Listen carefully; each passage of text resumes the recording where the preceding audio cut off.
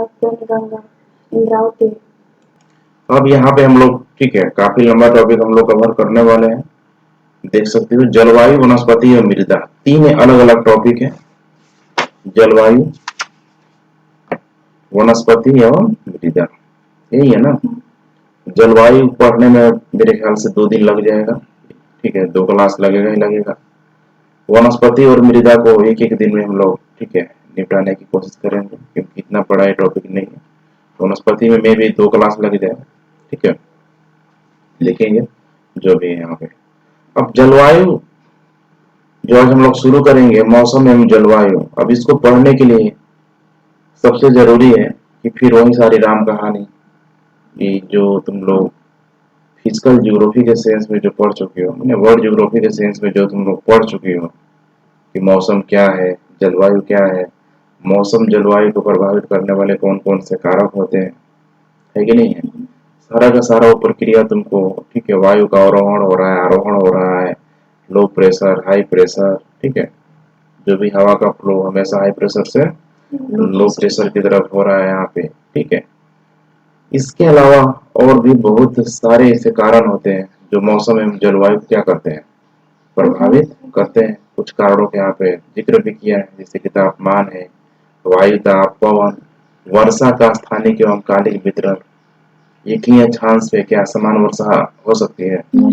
कभी नहीं हो सकती है, ठीक है। यहाँ पे वर्षा अधिक हो रही है, यहाँ पे वर्षा कम हो रही है। जैसे राजस्थान का क्षेत्र देख लो, 23.5 डिग्री के ऊपर जस्ट अगर 25 डिग्री को भी मान के चला जाए तो राजस्थान का जो थार जो मरुस्थल है वहाँ एकदम वर्षा नहीं होती है। उसी के अकॉर्डिंग अगर अक्षांश में अगर आसाम की तरफ जाओ, है कि नहीं है, सेम अक्षांश में एकदम है, तो वहाँ पे वर्षा क्या होती है, बहुत अधिक मात्रा में होती है।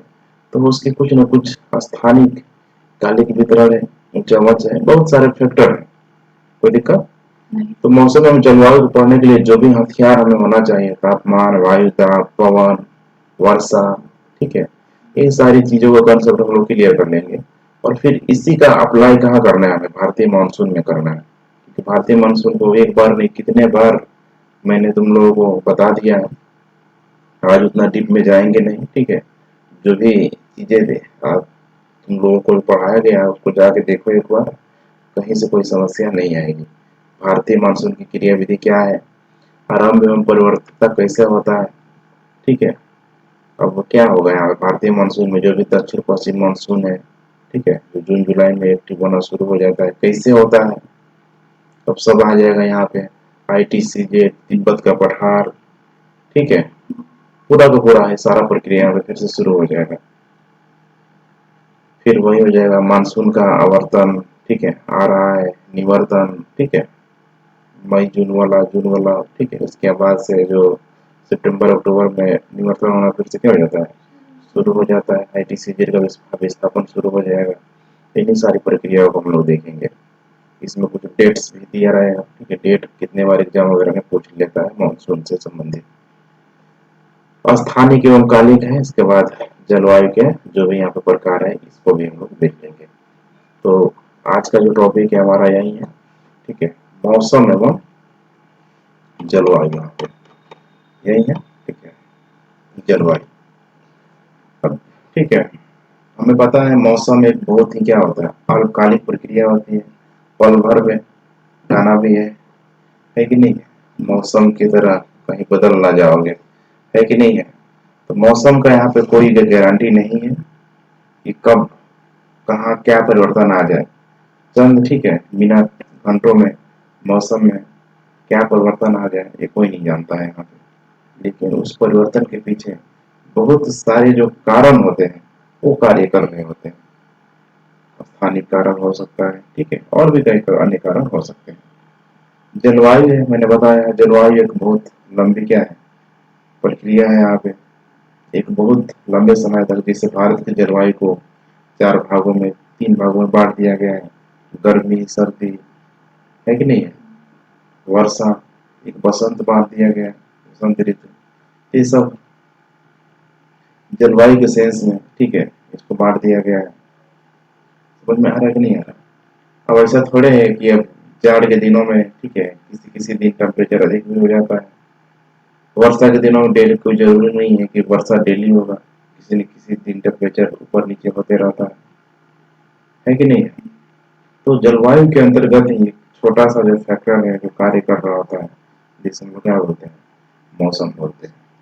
तो दिक्कत अब यहाँ पे एक वही है, बच्चों वाली कहानी है कि आप गर्मियों में देखिए, गर्मियों में गर्म हवाएं चलती है, चलती ही नहीं चलती, चलती है। गर्म हवाएं चलती है। जब गर्म हवाएं चलती है तो फिर शरीर में जो भी हमारा जो वाटर जो बॉडी है, शरीर का जो पानी है, ठीक है, अब हमें उसको लिक्विड फॉर्म में क्या करना पड़ेगा, कंटिन्यू रूप से, ठीक है, लेना पड़ेगा। सर्दियों के दिन में ऐसा नहीं होता है। सर्दियों के दिन में हमें पता है कि वायु में क्या होती है, बहुत अधिक नमी होती है, वायु में पानी होता है, बहुत होता है ना। रिस्पॉन्स करो, क्या लग रहा है, दिक्कत हो रहा है, ठीक है, पानी होता है। तो सर्दियों में हमें बहुत अधिक पानी पीने की जरूरत नहीं पड़ती है, क्योंकि वो पानी का जो, ठीक है, शरीर में ये थोड़े बोल रहा है कोई सर्दी के दिन आ गया है तुमको पानी कम चाहिए। शरीर में जो पानी की, हमारे शरीर में जो लगभग, ठीक है, 90% से ऊपर जो भाग सिर्फ क्या है, पानी है। वो पानी शरीर को चाहिए, चाहे सर्दी का ऋतु हो, गर्मी का ऋतु हो, कोई मतलब नहीं है इससे। बुझा रहा है कि नहीं बुझा रहा है?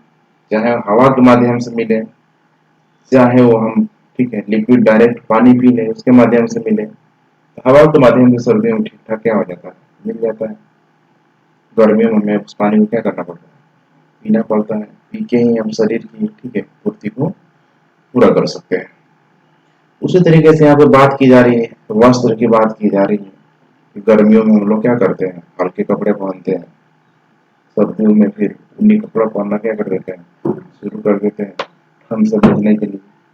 उत्तर पूर्वी में बोल रहा है कि वैसा नहीं है। उत्तर पूर्वी राज्यों में वहाँ पे मौसम हमेशा मस्त होता है, ना बहुत अधिक गर्मी ना बहुत अधिक ठंडी, उसको मृदु बोला गया है, ठीक है।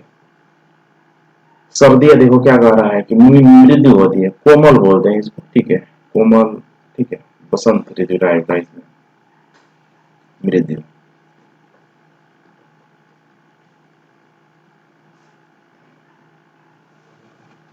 नॉर्थ ईस्ट का इलाका पता है तुम लोगों को, पहाड़ी, अधिकतर पहाड़ी इलाका है, पठारी इलाका है, और साथ में वहाँ पे वृक्षों की इतनी अधिक मात्रा है, उसकी वजह से वहाँ ना तो बहुत अधिक गर्मी हो पाती है, ना बहुत अधिक ठंडी हो पाती है। इसीलिए वहाँ के लोग देखो सेम अक्षांश में रहने के बावजूद भी इतना, तो जो तुम लोग गोरे चिट्ठे देखते हो, देखते हो नहीं देखते हो, देखो यहाँ पे अगर देखें हम लोग नीचे जो स्टेट है, मणिपुर है कि नहीं, त्रिपुरा है, मेघालय है, असम है, कोई वहां पे विद इन एक व्यक्ति भी तुमको वहां पे काला तुमको क्या होगा, दिखाई नहीं। कारण यही है, वहां गर्मी बहुत अधिक पड़ती ही नहीं।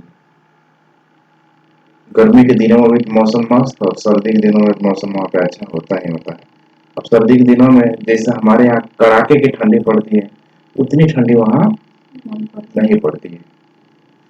तो एक जो बैलेंस मौसम होता है वहाँ पे बना रहता है, लोग वहाँ पे क्या होते हैं, लोग गोरे गोरे होते हैं। सेम अचानक से तुम देखो, सेम अचानक में यहाँ पे उड़ीसा है, उड़ीसा में भी वृक्ष ठीक ठाक है, कलाहांडी की तरफ जंगल एरिया है, वहाँ के जो आदिवासी हैं तुमको एकदम काले काले मिल जाएंगे, लेकिन वहाँ पे ऐसा नहीं है। वहाँ पे समझ में आ रहा है? तो यही कह रहा है यहाँ पे कि विभिन्न ऋतुओं में मौसम की दशाओं में भिन्नता पाई जाती है। यह भिन्नता मौसम के जो भी इम्पोर्टेंट तत्व है, तापमान, वहाँ का तापमान कितना है, वायु दाब कितना है, अब तुम लोग मुझे बताओ कि वायु दाब सबसे अधिक कहाँ होगा।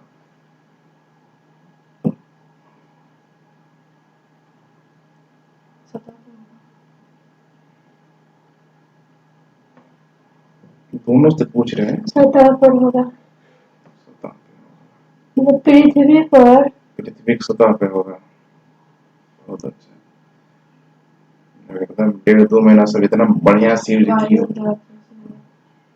पानी होता है, पानी की कहाँ पे होगा, सतह पे होगा। तो यही सब करते रहना, ठीक है। आप मुझे वायु बता, वायु दाब मैंने पूछा, ठीक है, कहाँ सबसे, ठीक है, जा रहा कि नहीं हो जा रहा, वायु दाब तुम्हारा समुद्री सतह पे सबसे क्या होता है, अधिक होता है। जो जो ऊपर जाएंगे वायु दाब में क्या आएगी, कमी आएगी। वायु दाब निम्न अक्षांशों में क्या होगा, अधिक होगा। जिन जो ऊंचे अक्षांशों में जाएंगे वायु दाब क्या हो जाएगा, कम हो जाएगा। कोई दिक्कत है इसमें, नहीं। कॉन्सेप्ट है, इसको हमेशा याद रखो। ज्योग्राफी पढ़ रहे हो सब नहीं आएगा क्या आएगा। पवनों की दिशा एवं गति, ये भी एक इम्पोर्टेंट फैक्टर है। अब पवनों की दिशा एवं गति का संबंध जो है, अब फेरल लॉ जो भी आ जा रहा है यहाँ पे, हेडली सेल आ जा रहा है। इसके अलावा इन दोनों के अलावा भी स्थानिक विभिन्नता की वजह से इसमें परिवर्तन आएगा कि नहीं आएगा। कहाँ पहाड़ है, कहाँ मैदान है, वहां पे क्या समझ रहा है फेरल लॉ क्या है, वो तो एक ठीक है पूरे विश्व के लिए एक आम धारणा बना के चला गया, लेकिन उसके उल्टा भी बात है। आर्द्रता, कोई दिक्कत, और वर्षा इत्यादि में परिवर्तन से क्या होता है, अत्यय होता है। कोई दिक्कत।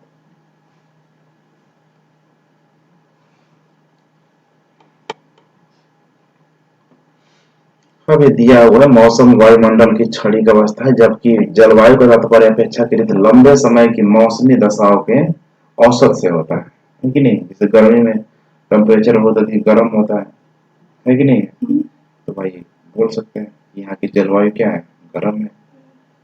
सर्दी में टेम्परेचर बहुत कम हो जाता है, बोल सकते हैं यहाँ की जलवायु क्या है, सर्दी है। कोई दिक्कत। किसी स्थान में हम लोग जाते हैं तब वहाँ पे हम जलवायु प्रयोग न करके किसका प्रयोग करते हैं, मौसम का प्रयोग करते हैं। लेकिन हर जगह लोग जाते हैं तो मौसम का ही प्रयोग करते हैं, कारण यही है। ठीक है, मौसम मौसम इसे लोग खिलाते रहते हैं। कह रहा है कि आपने पहले ही कक्षा में आप मानसून के बारे में पढ़ चुके हैं। मानसून से अभिप्राय ऐसी जलवायु से है जिसमें ऋतु के अनुसार पवनों की दिशा में क्या होता है, उत्क्रमण हो जाता है, परिवर्तन हो जाता है। भारत की जलवायु उष्ण मानसूनी है जो दक्षिण एवं दक्षिण पूर्व एशिया में पाई जाती है। यहाँ पे क्या दे दिया, उष्ण मानसूनी दे दिया, कहीं कहीं पे किसी को उपोष्ण भी दिया रहेगा। बुझा रहा है कि नहीं बुझा रहा है, उष्ण भी है उपोष्ण भी है, ध्यान रखना है यहाँ पे। तो यही है, भारत के लिए जो मानसून है बेहद ही वरदान साबित होता है। अगर मानसून नहीं होता तो फिर भारत की जो जलवायु है हमें देख रहे हैं, गर्मी सर्दी वर्षा, ठीक है, शायद ठीक है ये सारी जो मौसम में क्या होती, आने में समस्याएं पैदा हो जाती। जैसे 3-4 साल पहले हो रहा था, जब अधिकतर लंबे समय तक जब गर्मी हो रही थी तो उस साल ठंड भी एकदम नाक बराबर पड़ रहा था। समझ में आ रहा है। जिस साल बहुत अधिक यहाँ पे बरसात होती है उस साल ठंडी भी क्या हो जाती है, बढ़ जाती है। तो कारण है यहाँ पे।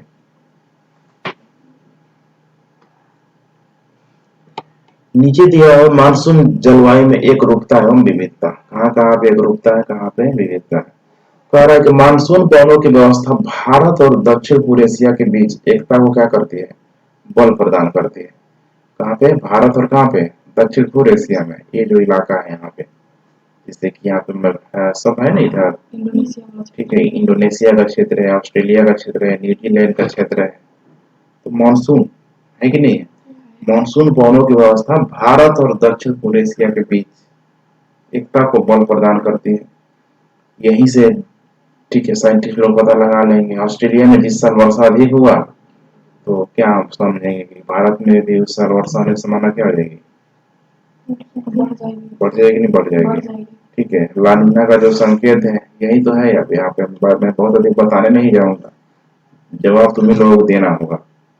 तो दक्षिण पूर्व एशिया और भारत का जो ठीक है जलवायु संबंधी जो चीजें हैं, ये मानसून बहुत हद तक क्या करता है, प्रभावित करता है, उसको डिफाइन कर देता है। समझ में आ रहा है कि नहीं आ रहा है। जिस साल एलिनो आ गया, एलिनो अगर सबसे पहले अगर कहाँ आ जाएगा, ऑस्ट्रेलिया में आ जाएगा। ऑस्ट्रेलिया में सूखा हुआ तो भारत का भी ठीक है जो भी साइंटिस्ट है पहले से इंडिकेट देना शुरू कर देंगे कि इस साल भारत में अच्छी वर्षा नहीं होगी, कम होगी। ठीक है, एलिनो मतलब ये होता है ठीक है कि कहीं पे वर्षा होगी तो इतना अधिक हो जाएगी और कहीं पे पूरी तरीके से क्या हो जाएगा, सूखा हो जाएगा। ध्यान रखना है, मतलब है कि एलिनो वर्षा एकदम नहीं होती है। बुझा रहा है कि नहीं बुझा रहा। तो मानसून पवनों की व्यवस्था भारत और दक्षिण पूर्व एशिया के बीच एकता को बल प्रदान करती है।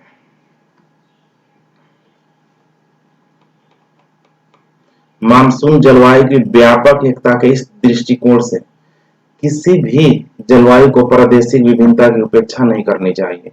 यही विभिन्नता भारत के विभिन्न प्रदेशों के मौसम और जलवायु को एक दूसरे से क्या करती है, अलग करती है।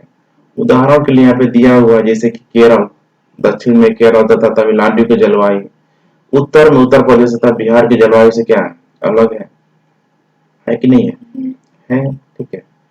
फिर भी इन सभी राज्यों की जलवायु मानसूनी प्रकार की है, क्योंकि मानसून केरल में रहेगा, तमिलनाडु में रहेगा, बिहार में भी रहेगा और उत्तर प्रदेश में भी रहेगा। तो मानसून क्या कर रहा है, पूरे भारत को ठीक है कवर कर रहा है, ठीक है, यूनाइट कर रहा है कि नहीं कर रहा है, यूनाइट कर रहा है कि देखो भाई हमें मानसून है, पहले केरल में वर्ष है, तमिलनाडु में वर्ष है, बिहार यूपी में क्या कर रहे हैं, बरस रहे हैं। एकता का भाव है यहाँ पे, नहीं हो सकता है, हो सकता है।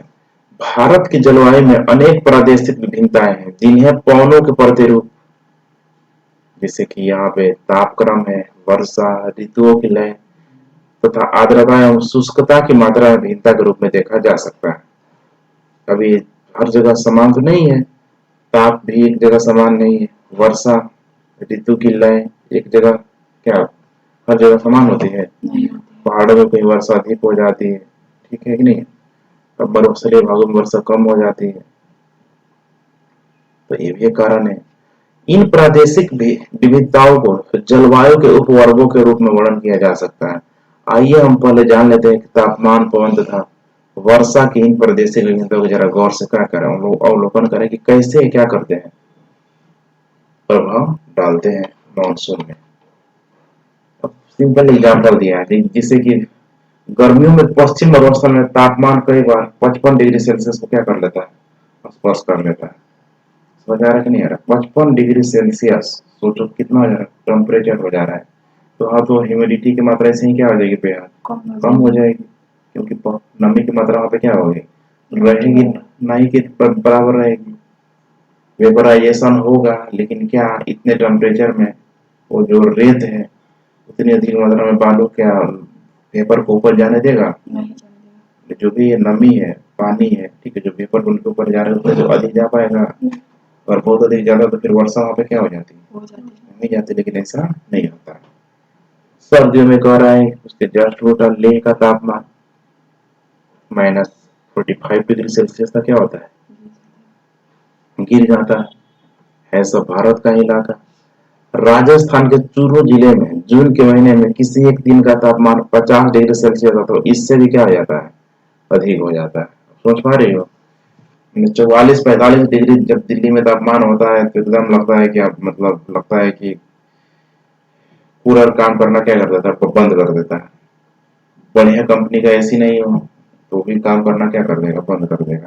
ये मत समझना कि एसी कितना भी डिग्री में काम क्या हो जाएगा, कर जाएगा, ऐसा नहीं है। 52-55 डिग्री तक एसी का लास्ट होता है, ठीक है। उधर जो होता है जैसे कि गल्फ कंट्री है, अरब है कि नहीं है, सऊदी अरब है, इधर ईरान है, ओमान है, इधर टेम्परेचर बहुत कम होता है, अधिक होता है, 55 डिग्री तक पहुंच जाता है। वहां पे बहुत अच्छे अच्छे ऐसे भी काम करना क्या कर देते हैं, बंद कर देते हैं दिन में, और रात का टेम्परेचर पता चलता है क्या हो जाता है, माइनस में हो जाता है। समझ में आ रहा है कि नहीं आ रहा। तो एसी मत समझना कि कितना भी डिग्री ठीक है टेम्परेचर में काम कर जाएगा। 100 डिग्री सेल्सियस में कोई एसी काम ही नहीं कर पाएगा, कर पाएगा। एसी में दो फंक्शन होता है, पता होता है नहीं होता है। एक गर्म हवा क्या करने वाला, निकालने वाला। एक दिन कूलर को जब चलता है तो सिर्फ ठंडी हवा, जो कूलर का जो हवा आ रहा है, कभी गेट लगा कर देखे नहीं देखे, हवा आता है। सेम चीज एसी एसी के साथ यही होता है। एसी में दो फंक्शन होता है, एक गर्म हवा को क्या करने वाला, बाहर निकालने वाला, और ठंडा हवा क्या करने वाला, लाने वाला। इसीलिए बंद रूम में एसी बहुत अच्छे से क्या करता है, काम करता है। समझ में आ रहा है कि नहीं आ रहा। तेजी से गर्म हवा को क्या करेगा, वो निकाल देगा, और ठंडा हवा उसको क्या कर देगा, भर देगा। गेट लगा है, कोई दिक्कत नहीं। हवा का रिसाइकिल क्या हो रहा है, चक्रीय प्रवाह हो रहा है उसमें, कोई दिक्कत? कूलर का साथ ऐसा नहीं। कह रहा है कि उसी दिन अरुणाचल प्रदेश के तवांग जिले में तापमान मुश्किल से कितना हो जाता है, 19 डिग्री सेल्सियस तक पहुंचता है। अभी तापमान कितना होगा, नहीं होगा, 25 डिग्री के नीचे ही होगा। देखो कितना मस्त लग रहा है कि नहीं है? तो कहाँ पे कह रहा है, अरुणाचल प्रदेश में। वहाँ का तापमान ऐसे ही होता है। सोचो गर्मी के दिनों का तापमान है कि नहीं? अच्छा लगता है रहने में, इसीलिए लोग घूमने के लिए लोग बहुत फेवर कि नॉर्थ ईस्ट में घूमने के लिए क्या करो, जरूर जाओ वहाँ पे। दिसंबर की किसी रात में लद्दाख के द्रास में रात का तापमान -45 डिग्री सेल्सियस तक गिर जाता है।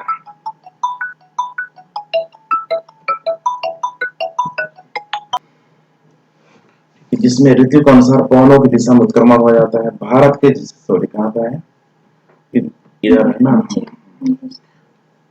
उसी रात को रहा थिरुवनंतपुरम, मैंने कहाँ पे, चेन्नई में, ठीक है, तापमान क्या हो जाता है, 20 डिग्री सेल्सियस होता है। मैं देखो तिरुवनंतपुरम, ये बकायदा कहाँ पे है, केरला में। अथवा दे दिया है चेन्नई में। ध्यान रखना, अथवा दिया है और नहीं दिया है।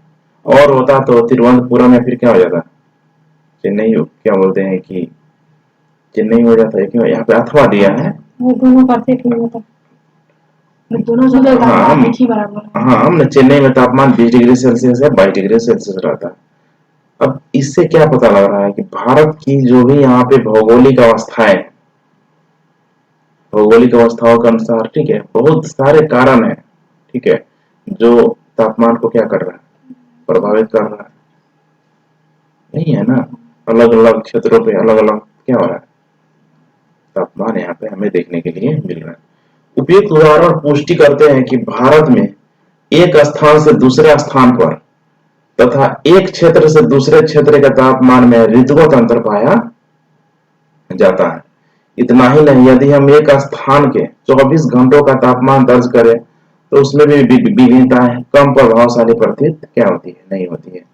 एक ही स्थान पे अगर 24 घंटे का तापमान को क्या करें, दर्ज करें यहाँ पे, तो अंतर आया कि नहीं आएगा, वायु के अंतर आएगा ही आएगा। अब एक ही है, मान लो दिल्ली ही है, डेली देखो मैक्सिमम टेम्परेचर मिनिमम टेम्परेचर दिखाएगा कि नहीं दिखाएगा, कि टेम्परेचर इसी के रेंज में रहेगा। सपोज करो कि मैक्सिमम दे दिया 30 डिग्री सेल्सियस, मिनिमम दे दिया 15 डिग्री सेल्सियस, तो क्या हम लोग समझेंगे कि 15 डिग्री सेल्सियस कब होगा, दिन में, रात ही में होगा, ठीक है, सुबह के समय होगा। और फिर उसके बाद टेम्परेचर बढ़ेगा बढ़ेगा, मैक्सिमम कितना डिग्री तक आएगा, 30 डिग्री सेल्सियस तक ही आएगा यहाँ पे। कोई दिक्कत? तो ध्यान रखना इस चीज को। 24 घंटे में क्या अंतर आया कि नहीं आया, आया कि नहीं आया, आया। उदाहरण केरल और अंडमान द्वीप समूह में दिन और रात के तापमान में मुश्किल 7 डिग्री 8 डिग्री सेल्सियस का अंतर क्या होता है, पाया जाता है। इसका मतलब कि यहाँ पे जो दैनिक तापांतर बेहद क्या होगा, कम होगा, है कि नहीं है, 7-8 डिग्री का पाया जा रहा है। लेकिन देखो यहाँ पे थार मरुस्थल में दिन का तापमान 50 डिग्री सेल्सियस हो जाता है, रात का तापमान कितना गिर जा रहा है, 15 से 20 डिग्री सेल्सियस। दैनिक तापांतर यहाँ पर क्या हो जाएगा, बहुत अधिक हो जाएगा कि नहीं हो जाएगा। दैनिक तापांतर मतलब ये होता है ना 24 घंटे में कितना तापमान में क्या आ रहा है, अंतर आ रहा है, यही दैनिक तापांतर होता है। मैंने बताने की यहाँ पे कोशिश की जा रही है, देखिए भारत है, यहाँ पे अलग अलग क्षेत्रों में कैसे अलग अलग परिवर्तन आ रहा है। आइए हम वर्षण की प्रादेशिक विविधताओं को देखें। हिमालय में वर्षण मुख्यतः हिमपात के रूप में होता है, ऊंचाई वाला क्षेत्र है कि नहीं है, वर्षा भी होगी। जैसे कि हिमालय जो क्षेत्र है, मान के चलो जम्मू कश्मीर, हिमाचल प्रदेश, आए दिनों वहां पे, ठीक है, सेब वगैरह खूब होता है, बर्फ वगैरह हिमपात होता है, तो सेब में क्या आता है, मीठापन आता है। जबकि देश के अन्य भागों में वर्षण जल की बूंदों के रूप में होता है, बूंद आ जाएगा। अब यहाँ पे हिमपात के रूप में होता है, हमारे यहाँ बूंद जो बन जाता है। अब बताने की जरूरत है, नहीं जरूरत है। इस प्रकार केवल वर्षण के प्रकार में ही अंतर ही नहीं है, बल्कि वर्षण की मात्रा में भी अंतर है। जैसे कि मेघालय की जो, ठीक है, खासी पहाड़ियों में स्थित चेरापूंजी और मासिनराम में औसत वार्षिक वर्षा लगभग कितना हो जाती है? 1080 सेंटीमीटर से भी क्या होता है, ज्यादा होता है। समझ पा रही हो? 1080 सेंटीमीटर। बिहार में 200 सेंटीमीटर से जब वर्षा अधिक होती है तो बाढ़ आ जाती है कि नहीं है? भारत भारत के जो पश्चिमी घाट पे जो वर्षा होती है, मैक्सिमम वर्षा 400 सेंटीमीटर से अधिक नहीं होती है। यहाँ पे औसत वार्षिक वर्षा कितनी हो रही है? 1080 सेंटीमीटर से ज्यादा होती है। लेकिन क्या है, पूरे एरिया में होती है? पार्टिकुलर यहाँ पे नाम लिखा है, ठीक है। चेरापूंजी और कहाँ पे? मौसिनराम। पहले चेरापूंजी में होती थी, अब चेरापूंजी को भी कौन दाब दिया है? मौसिनराम दाब दिया है। इसके विपरीत अगर देखा जाए तो अक्षांश में बहुत अधिक अंतर नहीं आएगा। देखो यहाँ पे मेघालय और थार के मरुस्थल को देखो। जैसलमेर में औसत वर्षा शायद कितना होता है? 9 सेंटीमीटर से अधिक क्या होती है? देखो कितना अंतर है, 100 गुना का क्या आ रहा है, अंतर आ रहा है यहाँ पे। कह रहा है कि मेघालय की गारी पहाड़ियों में स्थित तुरा में एक ही दिन में उतनी वर्षा होती है जितने जैसलमेर में 10 वर्षों में हो जाती है। एक एज्यूम कर पा रही हो? माने गारो में एक तुरा जगह है, ठीक है, गारो पहाड़ियों में। समझ में आ रहा है कि नहीं आ रहा? एक ही दिन में जितना वर्षा अधिक हो जा रही है, जैसलमेर में 10 वर्ष लग जा रहा है। उत्तर पश्चिम हिमालय तथा पश्चिमी मरुस्थल में वार्षिक वर्षा 10 सेंटीमीटर से भी क्या होती है? कम होती है। जबकि उत्तर पूर्व में स्थित मेघालय में वार्षिक वर्षा कितना हो जाती है? 400 सेंटीमीटर से भी क्या होती है? ज्यादा होती है। अब यहाँ पे 400 सेंटीमीटर क्या दे दिया? पूरा मेघालय दे दिया, तो भी कम थोड़े है। वार्षिक वर्षा 400 सेंटीमीटर से भी क्या होती है? ज्यादा होती है। सोचो मेघालय में क्या टेम्परेचर बहुत अधिक हो पाएगा? नहीं हो पाएगा। अब यहाँ से एक प्रश्न कर देगा, जब यहाँ पे टेम्परेचर अधिक हो ही नहीं पा रहा है तो फिर वर्षा क्यों हो रहा है? अपनी भौगोलिक अवस्थिति के कारण हो रहा है। बांग्लादेश में वर्षा अधिक उतना हो ही नहीं पाती है, और बांग्लादेश से जो भी नमी मिलता है, बांग्लादेश से नहीं, ठीक है, बंगाल से जो भी नमी मिलता है, जो भी हवाएं चल रही है उधर कीपनुमा आकृति है, मैंने बताया हुआ था। वहां पर कीपनुमा आकृति होने के कारण वहां पे वर्षा के लिए अनुकूल दशाएं हमेशा क्या होती है? उत्पन्न हो जाती है। सालों भर वर्षा होती है। लेकिन ऐसा तो नहीं है कि भारत के अन्य जगहों पे इतना ही वर्षा होती होगी, ऐसा नहीं। एक्सेप्शन केस है ये, मासिनराम या फिर मेघालय का जो क्षेत्र है। समझ पा रहे कि नहीं पा रहे?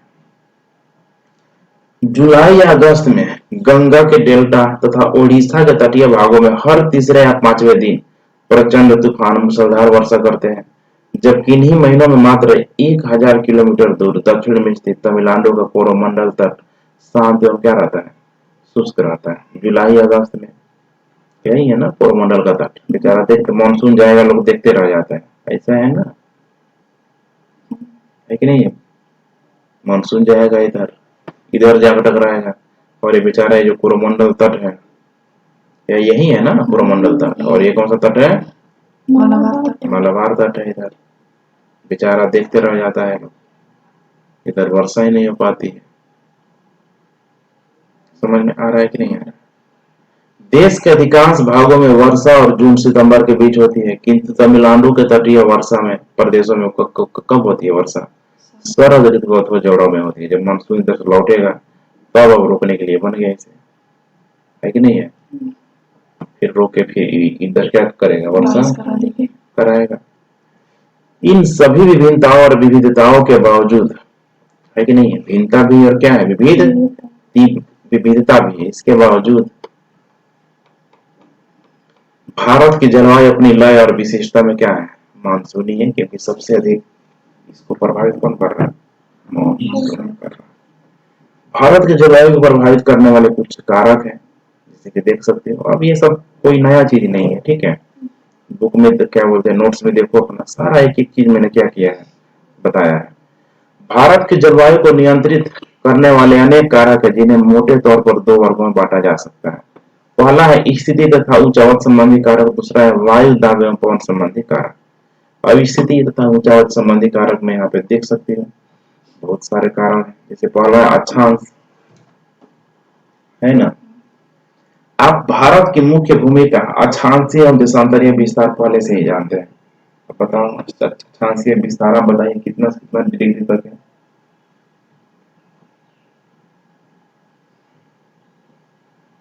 और 68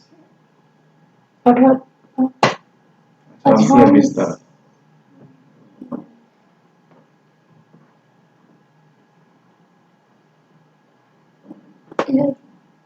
छः 6 डिग्री 4 मिनट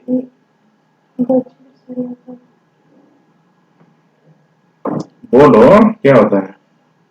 उत्तर में मतलब जो कन्याकुमारी है वहां तक रेंज हम पूछ रहे हैं, गोल गोल घुमाओ मत मुझे, हम पूरा का पूरा पूछ रहे हैं भारत का अक्षांशीय विस्तार कितना से कितना डिग्री है, हमें पूछ रहे हैं।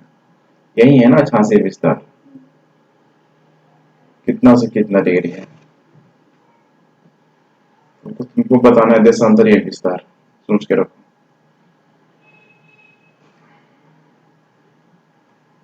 है ना, मतलब ऊपर नीचे दोनों बताएंगे। रेंज है यहाँ पे, विस्तार है, कितना से कितना के बीच है यहाँ पे। ये इधर क्या है, अंडमान निकोबार है। कहाँ से बताएंगे, भारत से अगर बोला यहाँ से बताएंगे कि यहाँ से बताएंगे, यहाँ से बताएंगे ना, क्योंकि भारत में क्या है, अंडमान निकोबार है। तब रेंज कितना है, यहाँ से कितना डिग्री शुरू होता है और यहाँ कितना डिग्री खत्म होता है। 8 डिग्री 4 मिनट से शुरू होता है और 37 डिग्री में जाकर खत्म, 60 डिग्री कुछ 37 डिग्री में खत्म होता है। शुरू कितना में होता है, शुरू में मुझे गड़बड़ लग रहा है कि नहीं है गड़बड़। 6 डिग्री 4 क्लियर है। 6 डिग्री 4 मिनट से क्या होता है, शुरू होता है और क्या होता है, दक्षिण उत्तर पूरब पश्चिम। पूरब अक्षांश को बता रही हो, अक्षांश पूरा पश्चिम नहीं मतलब दक्षिण है ये, गोलार्ध है ना ये। दक्षिण गोलार्ध क्या है, उत्तरी गोलार्ध। भारत कहाँ है, उत्तरी गोलार्ध में है। तो यहाँ पे क्या लगेगा, उत्तर।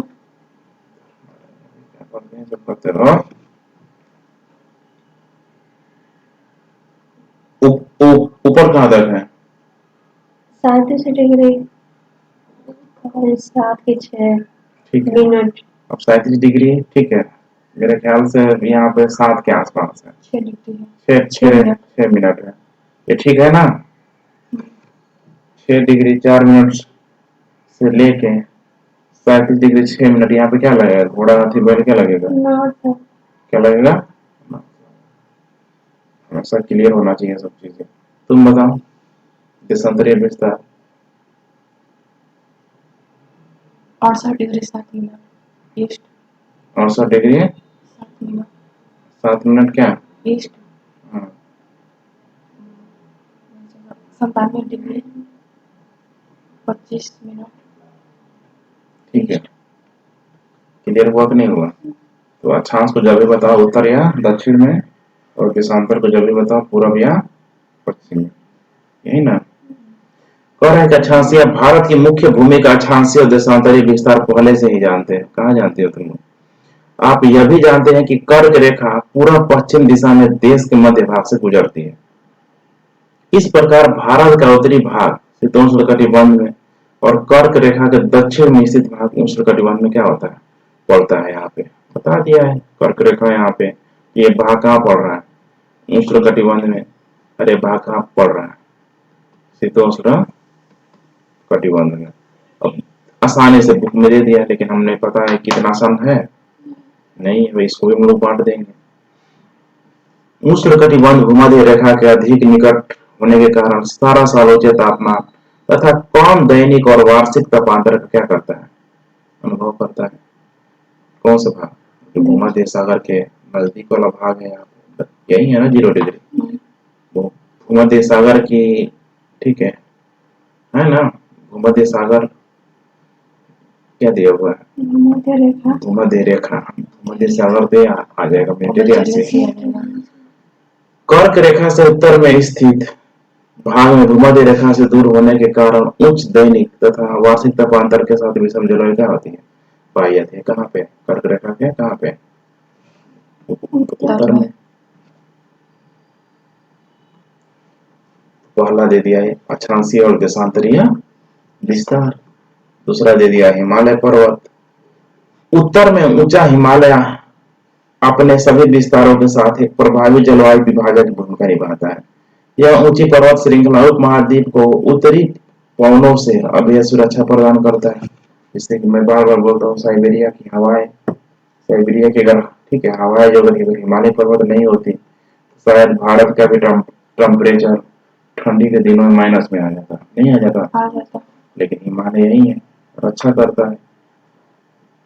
जमा देने वाली ये ठंडी पवनें उत्तरी ध्रुव रेखा के निकट पैदा होती है, सोचो, और मध्य तथा पूर्वी एशिया में आर पार बहती है। इस प्रकार हिमालय पर्वत मानसून पर्वत के रूप पर उपमहाद्वीप में वर्षा का क्या बनता है, कारण ही बनता है। सोचो ये पवनें अगर एक्टिव होती तो भारत में हमेशा क्या बना रहा था, हाई प्रेशर बना रहा था, बना रहा था कि नहीं बनता, लो टेम्परेचर हाई प्रेशर, क्या भारत में वर्षा हो पाती, भारत बेचारा सूखा हो जाता, मानसून आ पाता, नहीं आ पाता। देखो कितना अब जवाब मिल रहा है, हिमालय का कितना इंपॉर्टेंट रोल है। उसके बाद यहाँ पे जल और स्थल का वितरण। भारत का जल दक्षिण में 3 और हिंद महासागर और उत्तर की ओर ऊंची व अवस्थित पर्वत श्रेणी है कि नहीं है, ये भी है। स्थल की अपेक्षा जल देर से गर्म होता है, देर से ठंडा होता है। अब मैंने समझाने नहीं जाऊंगा, समझते रहना तुम लोग, ठीक है, कोई दिक्कत नहीं है। गर्मी के दिनों में क्या होता है बताओ, गर्मी के दिनों में, ठंडी के दिनों में, तुम बताओ गर्मी के दिनों में क्या होता है, स्थल और जल को लेके, समुद्र को लेके बताओ, गर्मी के दिनों में क्या होता है, गर्मी के दिनों में समुद्र का तापमान तो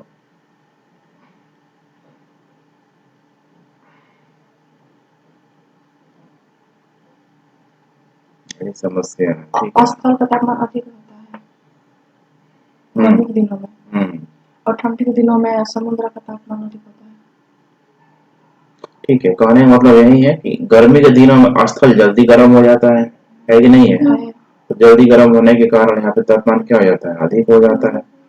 समुद्र लेट से क्या होता है, गर्म होता है, इसीलिए गर्मी जब अधिक करती है तो लोग छपा से क्या करते हैं, नहर में, ठीक है, नहर पे क्या करते हैं, छलांग लगा देते हैं। तो जाते हैं तो बोलते हैं कि नहर बहुत क्या लग रहा है, ठंडा लग रहा है। ठंडा इसलिए लग रहा है कि बाहर टेम्परेचर कितना है, 40 डिग्री है, समुद्र का सॉरी नहर का टेम्परेचर अगर 25 डिग्री 30 डिग्री सेल्सियस भी रहेगा तो हमको क्या लगेगा, बहुत ठंडी का टेम्परेचर डिफरेंस का कमाल है। ठंडी में यही चीज उल्टा हो जाता है, ठीक है, ठंडी में अब ऐसा नहीं है, ठीक है, ठंडी में यहाँ पे अब स्थल जो जितना जल्दी गर्म हो जा रहा था ठंडी में उतना जल्दी क्या हो जाता है, ठंडा हो जाता है, कोई दिक्कत नहीं। इसीलिए फिर से कहाँ छलांग लगाते हैं, नहर में लगाते, तो जाते हैं तो बोलते हैं कि नहर का पानी बहुत क्या लग रहा है, गर्म लग रहा है।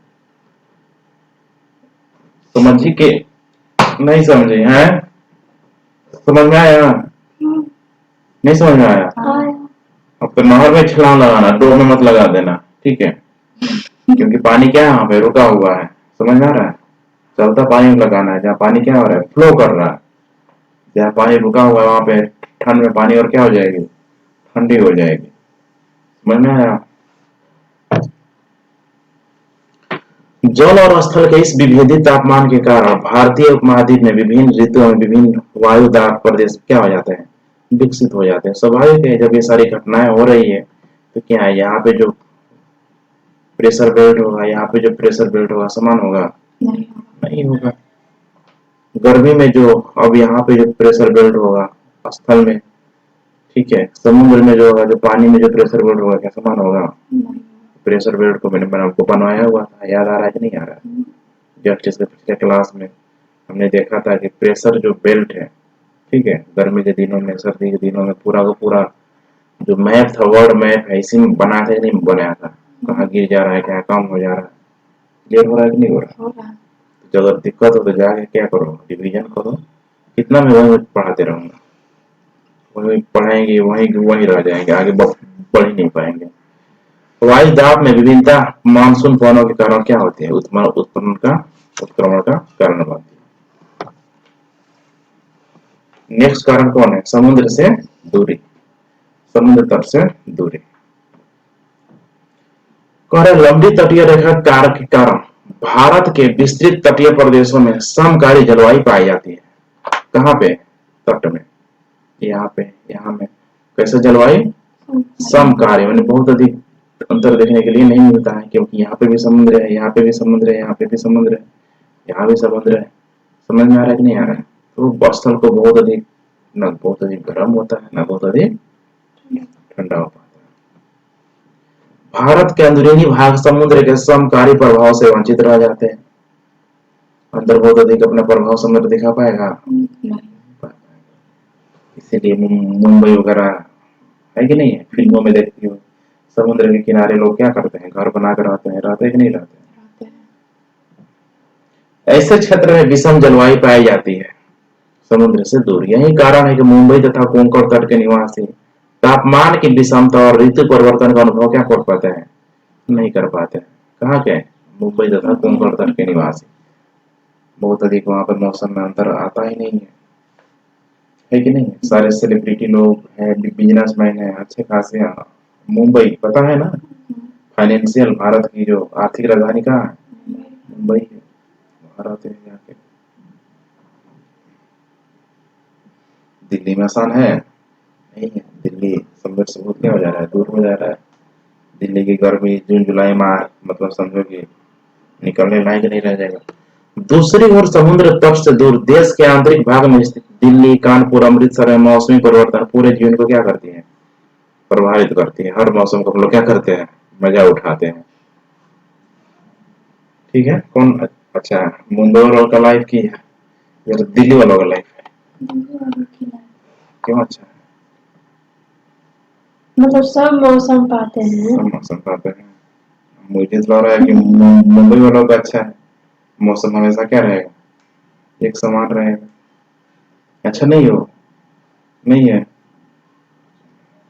अपना अपना चॉइस है, ठीक है। समुद्र तल से ऊंचाई, ऊंचाई के साथ तापमान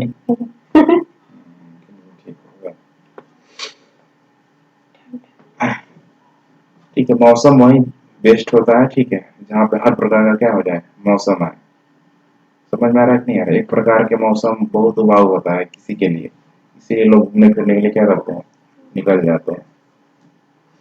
लेकिन लाइफ स्टाइल है, अगर तुम आधी हो जा रही हो तो फिर कोई दिक्कत नहीं है, हो ही जाते हैं। मुंबई में लोग, बॉलीवुड जो सेलिब्रिटी है, लोग ठंडे में जगहों पर रह रहा के वे लोग गर्म में आना पसंद ही नहीं करते। जाएंगे यूरोप लोग जाएंगे, ठंडा ही है वहाँ पे, है कि नहीं है। समुद्र तल से ऊंचाई, ऊंचाई के साथ तापमान घटता है, पता है ना। विरल वायु के कारण पर्वतीय प्रदेश मैदानों की तुलना में अधिक ठंडे होते हैं। जैसे आगरा और दार्जिलिंग एक ही अक्षांश पर स्थित है, लेकिन तापमान में अंतर आएगा नहीं आएगा। आगरा और दार्जिलिंग में बताओगे कहाँ पे तापमान कम होता है, आगरा और दार्जिलिंग में गर्मी के दिनों में तापमान कहाँ पे कम होगा, गर्मी के दिनों में। इतना लेट क्यों लगता है, दार्जिलिंग में कम होगा, दार्जिलिंग में तापमान क्या होगा, कम होगा। जनवरी में आगरा का तापमान 16 डिग्री सेल्सियस, जबकि दार्जिलिंग में कितना हो जाता है, 4 डिग्री होगा। ठंडा में अगर देखें तो ठंडा में दार्जिलिंग का तापमान और क्या हो जाएगा, कम हो जाएगा।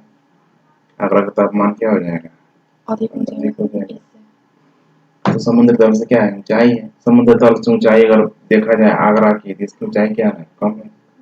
दार्जिलिंग की अगर देखा जाए तो समुद्र तल से ऊंचाई उसकी क्या है, अधिक है कि नहीं है। समुद्र तल है, ठीक है, ऊंचाई मापने के लिए इसका प्रयोग किया जाता है ना। किसी पार्टिकुलर स्थान को हम लोग लेके माप सकते हैं ऊंचाई, नहीं मान सकते हैं। इसीलिए समुद्र तल हर जगह पूरे पृथ्वी में क्या है, लगभग समान माना जाता है।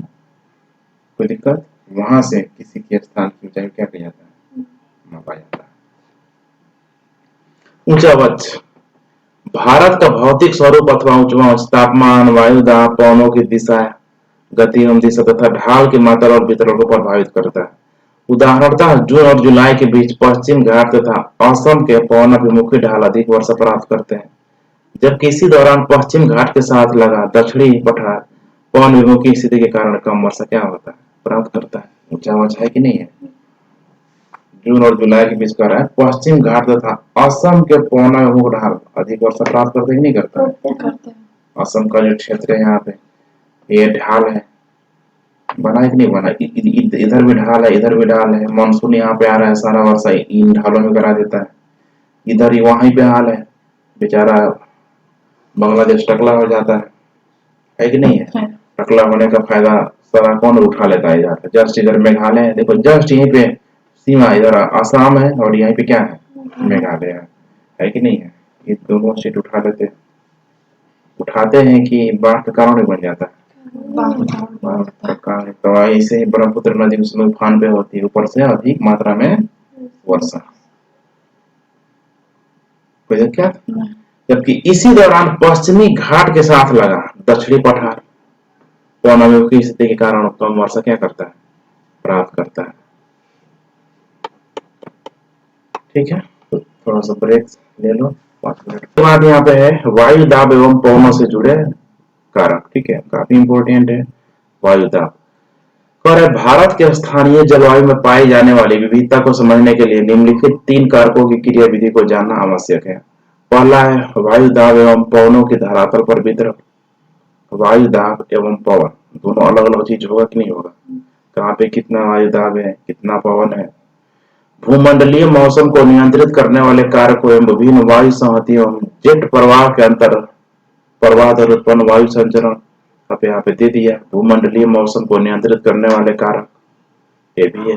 दूसरा दे दिया है विभिन्न वायु संहतियों का जेट प्रवाह। जेट प्रवाह क्या होता है? क्षोभ सीमाओं के आसपास जो भी पवनें चल रही है कि नहीं है? तो वही है ना जेट प्रवाह। यहाँ पे हवाएं उठती हैं, ठीक है, क्षोभ सीमा के पास टेम्परेचर डिफरेंस बहुत क्या हो जाता है? अधिक हो जाता है। ऊपर की हवाएं ऑलरेडी ठंडी होती है, नीचे से जो हवाएं जाती है ठंडी ये भी होती है, लेकिन दोनों के टेम्परेचर में क्या हो जाता है? अंतर हो जाता है।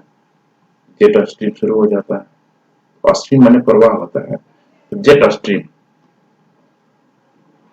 शीतकाल में पश्चिमी विक्षोभ तथा दक्षिण पश्चिमी मानसून काल में उष्णकटिबंधीय अवदाबों के भारत में अंतर्वहन के कारण उत्पन्न वर्षा के लिए कौन सी दशा है? अनुकूल दशा है। ये भी एक कारण है। और उपयुक्त 3 कारकों की क्रिया विधि को शीत व ग्रीष्म ऋतु के संदर्भ में अलग अलग भली भांति यहाँ पे समझा जा सकता है। जैसे शीत ऋतु में देख सकते हैं मौसम की क्रिया विधि क्या है। कह रहा है कि धरातलीय वायु दाब तथा पवन है। शीत ऋतु में भारत का मौसम मध्य एवं पश्चिम एशिया में वायु दाब के वितरण से क्या होता है? प्रभावित होता है। अब यहाँ पे इसे मजा नहीं आ रहा। ठीक है, कह रहा है कि शीत ऋतु में भारत का मौसम मध्य तथा पश्चिम एशिया में वायु दाब के वितरण से क्या होता है? प्रभावित होता है। अब यहाँ पे भारत है, पश्चिम एशिया यही होगा ना। पश्चिमी विक्षोभ का प्रभाव भारत पे क्या होने लगता है? प्रभाव पड़ने लगता है। कारण यही है कि शीत ऋतु में सीट बेल्ट खिसक के कहाँ आ जाता है? नीचे आ जाता है। प्रेशर जो बेल्ट है, सीट बेल्ट का है, ठीक है, जो प्रेशर बेल्ट है नीचे खिसकेगा कि नहीं? खिसकेगा। अब जो यहाँ पे 23.5 डिग्री यहाँ पे कर्क रेखा है, यही रहेगा कि नीचे आ जाएगा? नीचे आ जाएगा। तो नीचे आ जाएगा तो प्रेशर बेल्ट में अंतर आ रहा है कि नहीं आ रहा है? तो कह रहा है कि वायु दाब के वितरण से प्रभावित होता है। ये किसकी वजह से हो रहा है? तो पश्चिम एशिया की वजह से, क्योंकि यहाँ से जो शीत ऋतु में जो मरुस्थलीय जो हवाएं हैं ठंडी होगी, गर्म होगी। अरे ठंडी ऋतु में, ये शीत ऋतु में, ठीक है, मरुस्थलीय हवाएं क्या होगी? गर्म होगी, ठंडी होगी, बहुत ज्यादा ठंडी होगी। और इसका प्रभाव कहाँ पड़ेगा? ठीक है, भारत में भी क्या होगा? पड़ेगा ही पड़ेगा यहाँ पे। इसीलिए शीत ऋतु में यहाँ पे हमें पता है कि कौन से मेडिटेरियन सी वर्षा भी क्या होती है? कराती है कि नहीं कराती है? इस समय हिमालय के उत्तर में तिब्बत पर उच्च वायु दाब केंद्र क्या हो जाता है? स्थित हो जाता है। तिब्बत के केंद्र में यहाँ पे तिब्बत में कैसा हो जाता है, उच्च दाब, हाई प्रेशर, लो टेम्परेचर। इस उच्च वायु दाब केंद्र के दक्षिण में भारतीय उपमहाद्वीप की ओर निम्न स्थल पर धरातल के साथ साथ पवनों का प्रवाह क्या होता है, प्रारंभ हो जाता है। मध्य एशिया के उच्च वायु दाब केंद्र से बाहर की ओर चलने वाली धरातलीय पवनें भारत में शुष्क महाद्वीप पवनों के रूप में क्या होती है, पहुंचती है। देखो ध्यान से कह रहा है कि इस उच्च वायु दाब केंद्र के दक्षिण में, इस उच्च वायु दाब केंद्र कहाँ पे, दक्षिण में, यही है ना। भारतीय उपमहाद्वीप की ओर निम्न स्तर पर धरातल के साथ साथ पवनों का प्रवाह क्या हो जाता है, प्रारंभ हो जाता है। मध्य एशिया के कह रहा है, मध्य एशिया कौन होगा, यही है भारत, पूरा का पूरा। उच्च वायु दाब केंद्र से बाहर की ओर चलने वाली धरातलीय पवनें भारत में शुष्क महाद्वीप पवनों के रूप में क्या होती है, पहुंचने लगती है। ये महाद्वीपीय पवनें उत्तर पश्चिम भारत में व्यापारिक पवनों के क्या होती है, संपर्क में आ जाती है। नीचे उल्टा हो जाएगा यहाँ पे। लेकिन इस संपर्क क्षेत्र की स्थिति अस्थायी नहीं है, कई बार इसकी स्थिति खिसक कर, देख पा रहे, खिसक कर पूर्व में मध्य गंगा घाटी पर पहुंच जाती है। परिणाम स्वरूप मध्य घाटी, गंगा घाटी तक संपूर्ण उत्तर पश्चिम तथा उत्तरी भारत इन शुष्क उत्तर पश्चिम पवनों के प्रभाव में क्या होता है, रह जाता है, जिसकी वजह से पूरा का पूरा उत्तर भारत में ठंडी का मौसम क्या हो जाता है, बहुत अधिक बढ़ जाता है। यहाँ पे कोई दिक्कत, तो यहाँ पे दिया हुआ है, ये ऊंचाई दिया है 20 नॉट 40 नॉट, ये मत समझना कि नीचे है, ठीक है, ऊपर नहीं जा रहा है, सॉरी ऐसे नहीं जा रहा है, कहाँ जा रहा है, ऊपर आ रहा है, ऊपर आ रहा है, समझ रहे हैं ना, नहीं समझ रहे,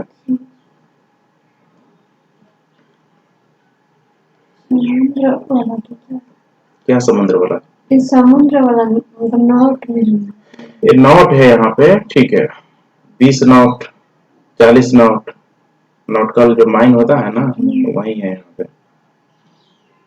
कह रहा है ना, ऊंचाई पर वायु की दिशा, भारत में जाड़े की ऋतु में 9 से 13 किलोमीटर की ऊंचाई पर वायु की क्या है, दशा है यहाँ पे, कि वायु दिशा क्या क्या होती है।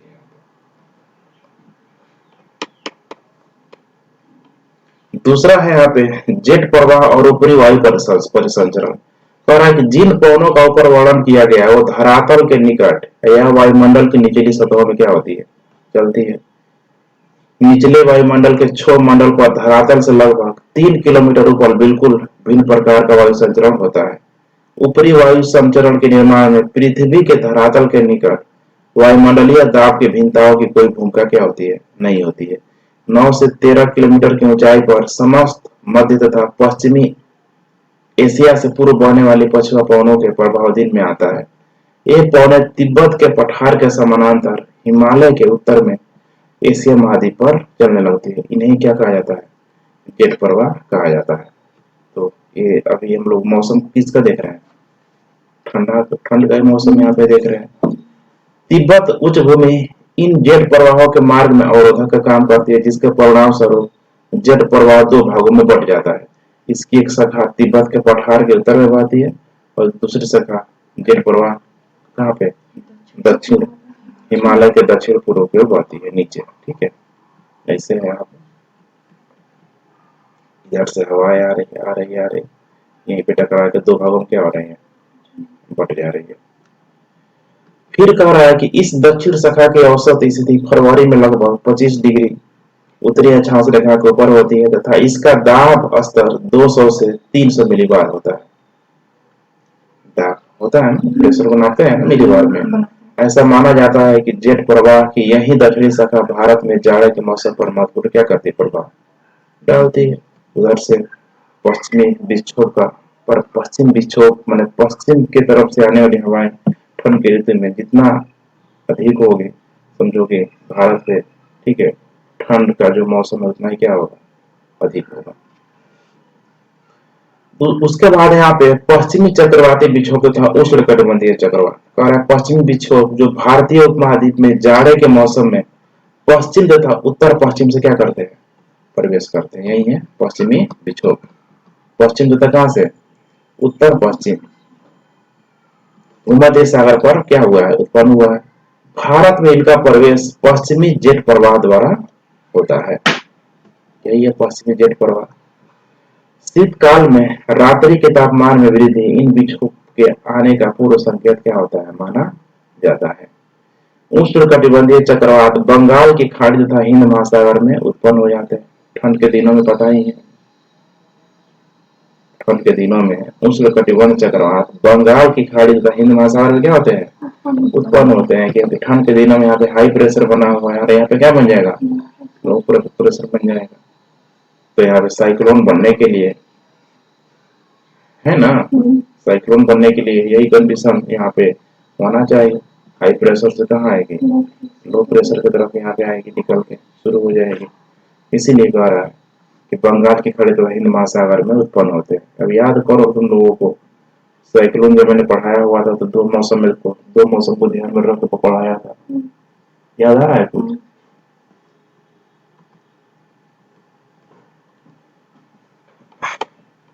इन उष्णकटिबंधीय चक्रवातों से तेज गति की हवाएं चलती है और भारी बारिश भी क्या होती है, होने लगती है। यहाँ पे तो यहाँ पे आप देख रहे हो, ठीक है, ये मानसून यहाँ पे जा रहा है, यही है ना। हाई प्रेशर बना हुआ है, यहाँ पे क्या बन गया है, लो प्रेशर। मानसून के समय ये कब बताया गया है, ग्रीष्म काल। अब तो इमेज देख के समझ में आ जाता होगा, आ रहा है कि नहीं आ रहा है?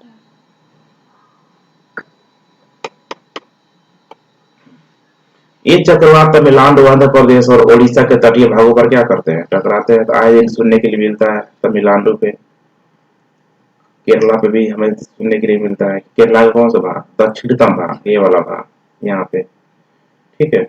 आंध्र प्रदेश और ओडिशा के तटीय भागों पर टकराते हैं। मूसलाधार वर्षा और पवनों की तीव्र गति के कारण ऐसे अधिकतर चक्रवात अधिक विनाशकारी होते हैं। क्या आपने दूरदर्शन पर प्रसारित मौसम रिपोर्ट में चक्रवात की चालों को देखा है? बहुत तेजी से क्या होता है, आने लगता है।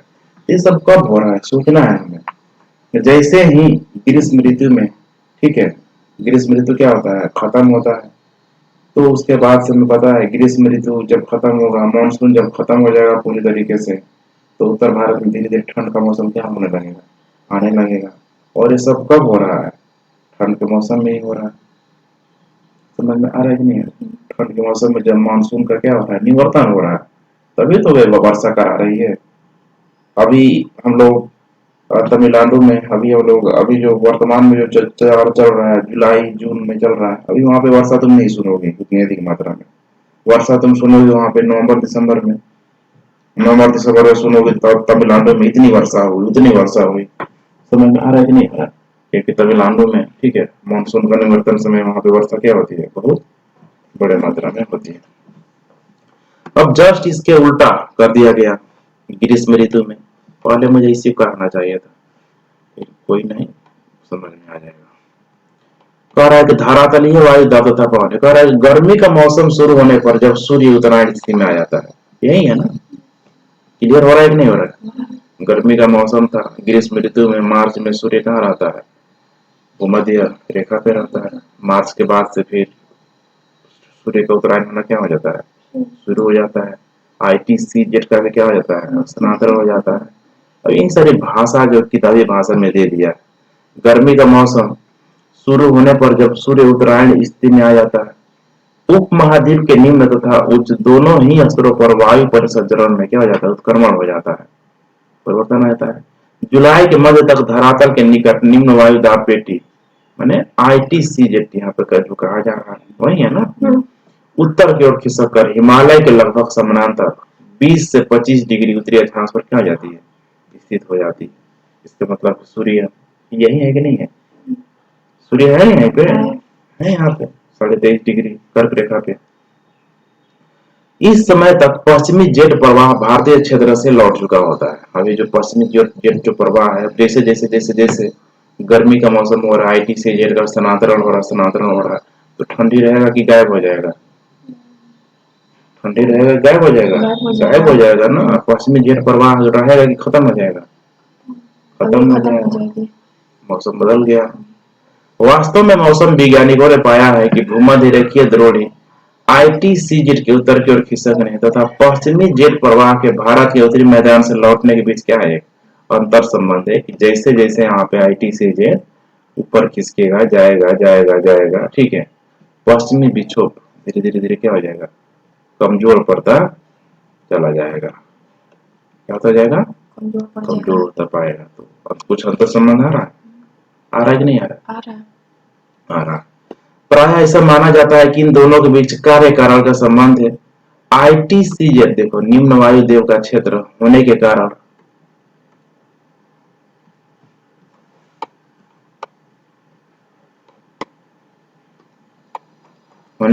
विभिन्न दिशाओं से पवनों की अपनी ओर आकर्षित करता है। दक्षिणी गोलार्ध में उष्णकटिबंधीय सामुद्रिक वायु सहती, इसको MT बोलते हैं, ठीक है, विषुवत वृत्त को पार करके सामान्य दक्षिण पश्चिम दिशा में इस कम दाब वाली पेटी की ओर अग्रसर होती है।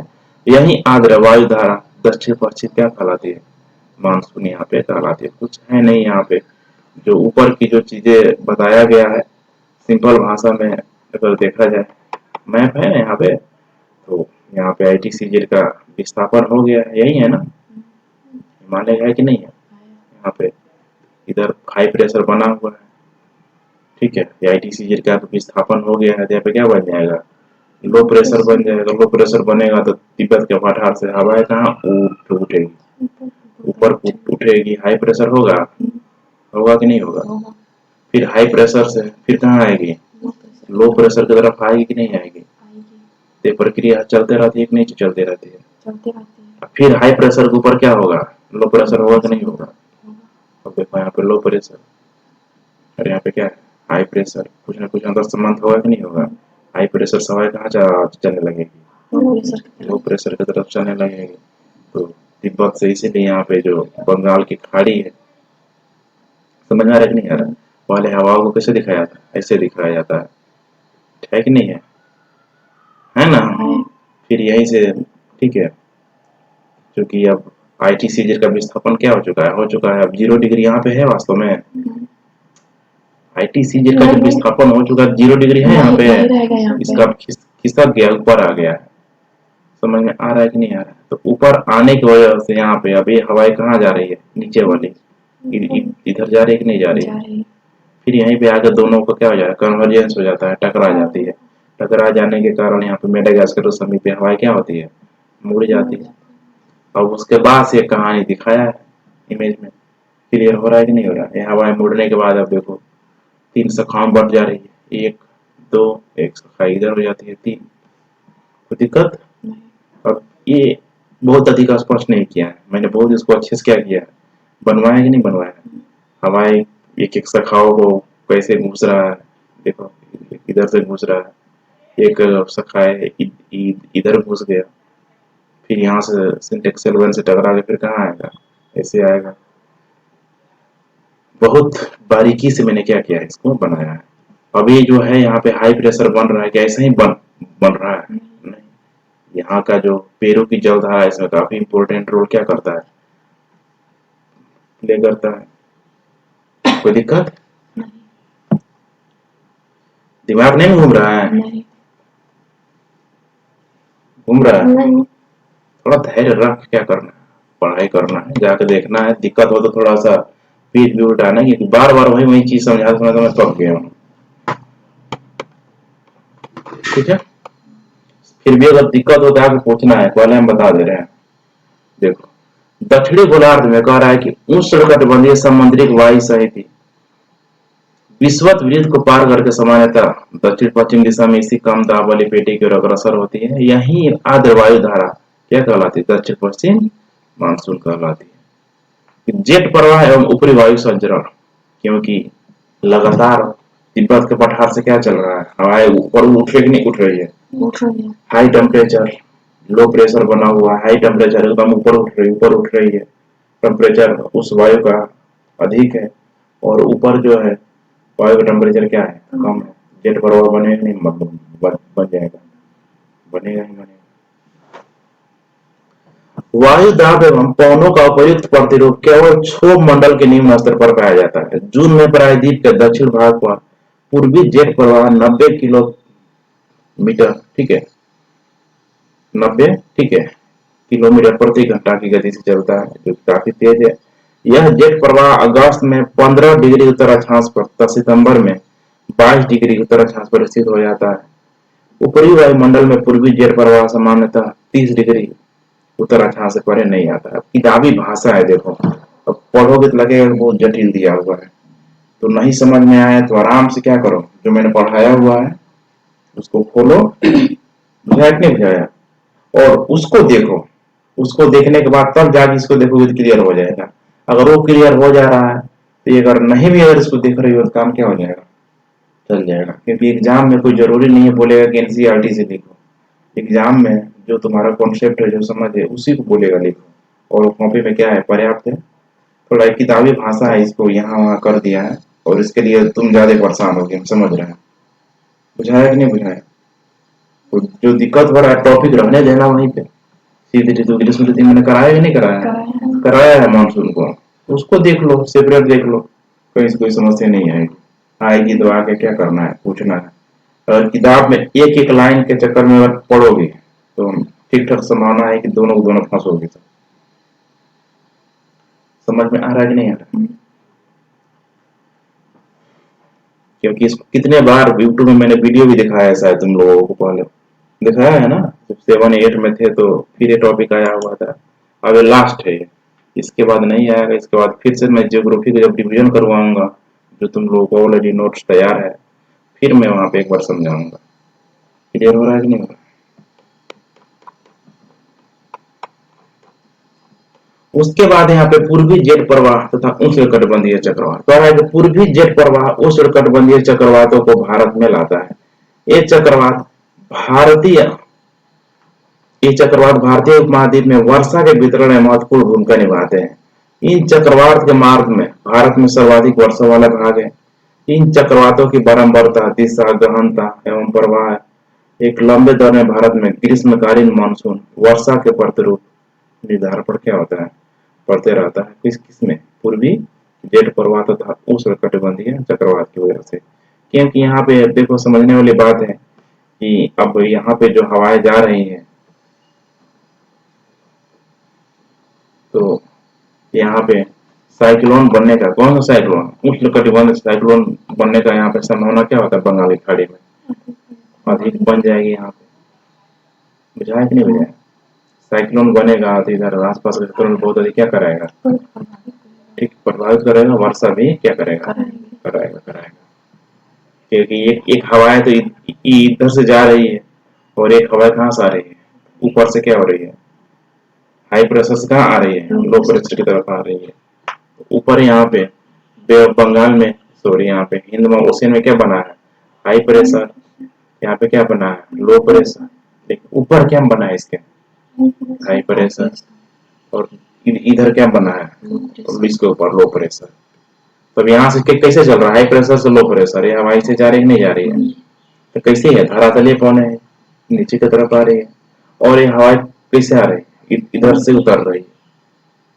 बुझा रहा है कि नहीं बुझा रहा? तो दोनों में फिर एक वही एक चक्रीय प्रवाह हो जाता है, घूर्णन वाली क्या हो जाती है, प्रक्रिया हो जाती है, जिसकी वजह से ठीक है ये किधर जा रहा है और ये कहाँ आ रहा है, इधर आ रहा है। बस हो गया, बेंट होना शुरू हो जाएगा, बेंट होने मुड़ना शुरू होगा तो फिर साइक्लोन क्या हो जाएगा, बनेगा कि नहीं बन जाएगा। यही तो है प्रक्रिया। वैसे मैंने उसमें समझाया हुआ है, ठीक है, कोई दिक्कत नहीं होना चाहिए।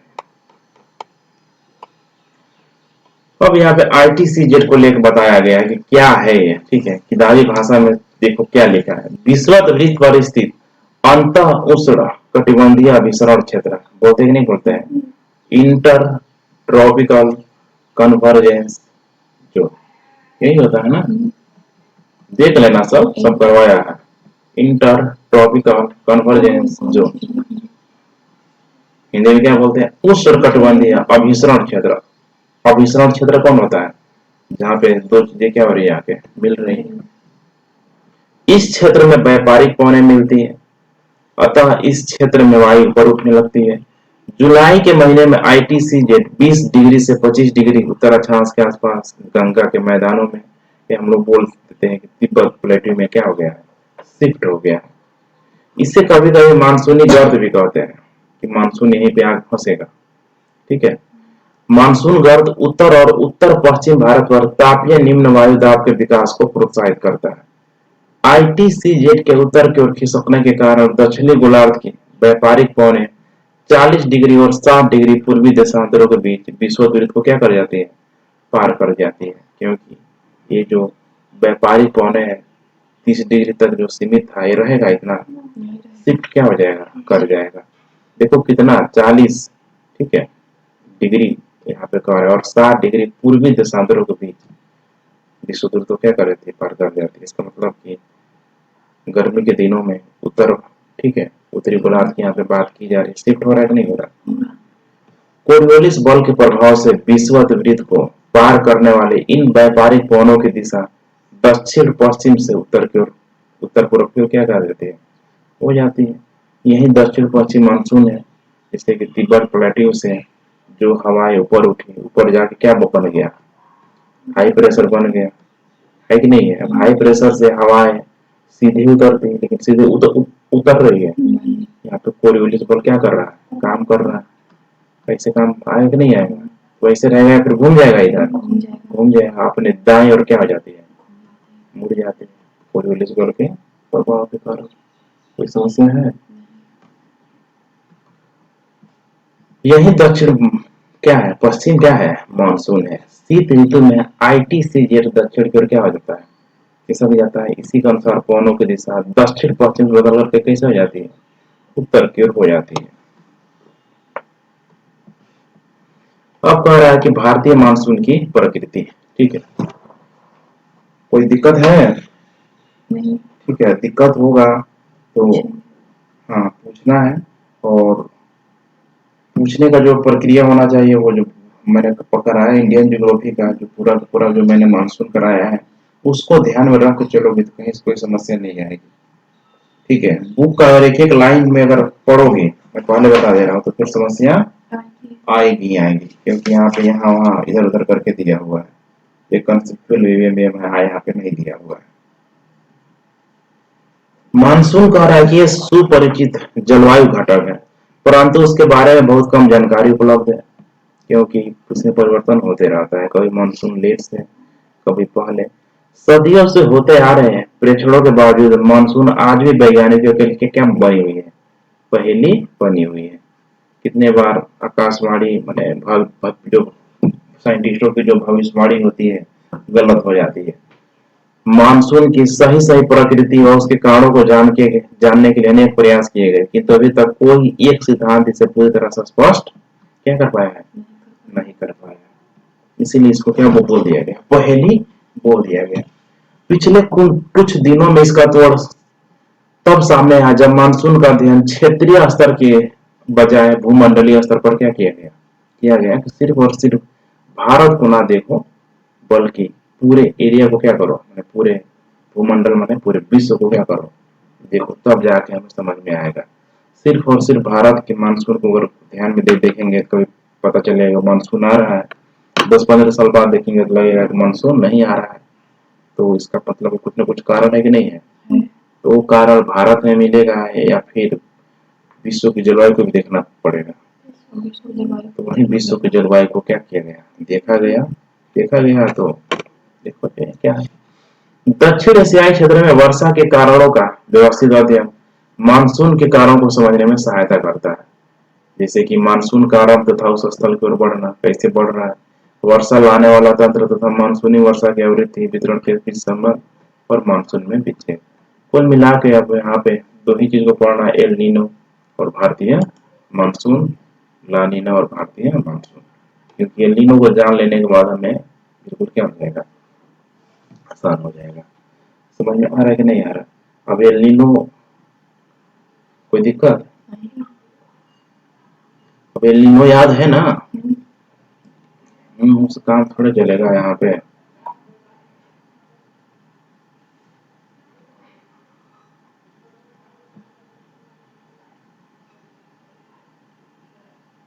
कैसे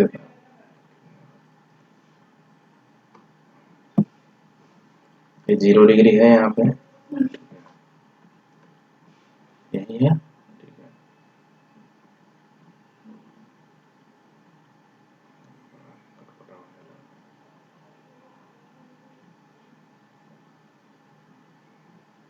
समझ लो क्या है, पेड़ वाला तट है, ठीक है। और इधर क्या है, भारत है, और भारत को देख कर देते हैं। और इधर क्या है, ऑस्ट्रेलिया है, यही है ना, इंडोनेशिया। कोई दिक्कत? तो होता क्या है, दिसंबर के महीने में, सूर्य कहाँ आ जाता है बताओ तुम लोग? यहाँ आ जाता है,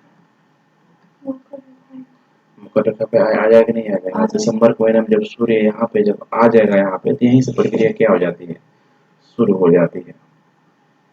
कोई दिक्कत?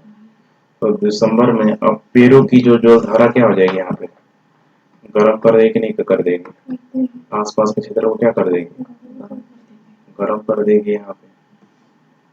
तो देखो क्या कर रहा है, एल नीनो एक जटिल मौसम तंत्र है जो हर 5 या 10 साल बाद क्या होता है, प्रकट होते रहता है। ठीक ठाक संभावना है कि 5-10 साल बाद के अंतराल में तुमको फिर से भारत में क्या देखने के लिए मिल जाएगा, सूखना देखने को। इसके कारण संसार के विभिन्न भागों में सूखा, बाढ़ और मौसम की चरम अवस्था होती है। कह रहा है कि इस तंत्र में महासागरीय और वायुमंडलीय परिघटनाएं शामिल होती है। पूर्वी प्रशांत महासागर में यह पेरू के तट के निकट उष्ण समुद्री धारा के रूप में क्या होती है, प्रकट होती है। दिसंबर के महीने में यहाँ पे जो गर्म जलधारा है, गर्म तो होते ही है, लेकिन 5-10 साल के अंतराल में जब एल नीनो जब आने की जब शुरुआत होती है, तो ये यहाँ की जो जलधाराएं होती है, ठीक है, अपने एवरेज तापमान से कहीं अधिक क्या हो जाती है, गर्म हो जाती है। समझ में आ रहा है कि नहीं आ रहा? आ रहा है ना, ठीक है। तो यही समस्या हो जाती है। अब जलधाराएं तुम लोग बताओ कैसे चलेगी, ऐसे जाएगी या फिर ऐसे आएगी? जलधाराओं को बताओ कैसे चलेगी यहाँ पे, नीचे से, ठीक है कि नहीं है? और ये जल जलधाराएं कहाँ आएगी, नीचे आएगी ना, यहीं से आके दोनों जलधारा क्या होती है, टकराती है। समझ में आ रहा है कि नहीं आ रहा? तो जलधाराओं को एक बार जाकर देखोगे तो बिल्कुल क्लियर हो जाएगा। और फिर यही जलधाराएं घूम के आएगी कि नहीं आएगी, घूम के आके फिर कहाँ आएगी, इधर ऑस्ट्रेलिया की तरफ आएगी, क्योंकि प्रशांत गोल है, इससे आएगी ना, इधर ऑस्ट्रेलिया की तरफ आएगी। अब यही जो गर्म जो जलधारा होती है, समझ आ रहा है, इतनी गर्म हो जाती है कि ये जो जलधाराएं हैं अब धीरे धीरे धीरे धीरे शिफ्ट कर गया, सॉरी ITCZ मैंने सूर्य का विस्थापन हो रहा है, दिसंबर आ गया है कि नहीं है, मार्च में फिर यहाँ आ गया, जून में फिर कहाँ आ गया, ऊपर आ गया। कोई दिक्कत? तो अगर उस तरह से अगर देखा जाए तो जलधाराओं का, ठीक है, ठंडा हो जाना ठीक रहता है, लेकिन इन जलधाराओं का इतने विशाल अनुपात में जलधारा, गर्म जलधारा, कि उस समय तक बहुत अधिक ठंडा क्या हो पाता है, नहीं हो पाता है। बुझा कि नहीं बुझा? गर्म जलधारा कहाँ पे आ जाती है, ऑस्ट्रेलिया में आ जाती है। कोई दिक्कत? और ऑस्ट्रेलिया में जब आ जाती है यहाँ पे, तो देखो जैसे जैसे सूर्य कहाँ जा रहा है, ऊपर जा रहा है, दिसंबर, जनवरी, फरवरी, दिसंबर, जनवरी में यहाँ ठंडा, सॉरी गर्म क्या करेगा, करेगा नहीं करेगा, यहाँ करेगा, यहाँ करेगा। वही हाल यहाँ पे होता है। ऑस्ट्रेलिया तक आते आते आते यहाँ पे समझ पा रही हो नहीं पा रही है? ऑस्ट्रेलिया तक आते आते आप सोचो कि ऑस्ट्रेलिया में इस ऋतु में ऑलरेडी यहाँ पे दिसंबर के महीने में यहाँ पे क्या बना है, हाई प्रेशर, लो प्रेशर बना है यहाँ पे, लो प्रेशर बना है। कोई दिक्कत? और समुद्र का अगर पानी इधर आ रहा है, कैसा पानी आ रहा है, गर्म पानी आ रहा है, ठीक है, हाई टेम्परेचर वाला पानी आ रहा है, क्या क्या क्या बन जाएगा, लो प्रेशर बन जाएगा। दोनों जगह लो प्रेशर, समस्या होगी कि नहीं होगी? ऑस्ट्रेलिया में बारिश नहीं कराएगी, बुझा रहा है कि नहीं बुझा रहा? और ठीक यही पानी जब कहाँ आएगी, इधर से निकलते हुए इंडियन ओशियन में आएगी, ठीक है। तो जो कंडीशन ऑस्ट्रेलिया के साथ हुआ, वो वही कंडीशन किसके साथ हो जाती है, भारत के साथ हो जाती है। यहाँ पे भी ये क्या बना दिया, हाई टेम्परेचर, लो प्रेशर बना दिया कि नहीं बना दिया? और ऑलरेडी जून के महीने में यहाँ पे क्या बन जाता है, लो प्रेशर बन जाता है।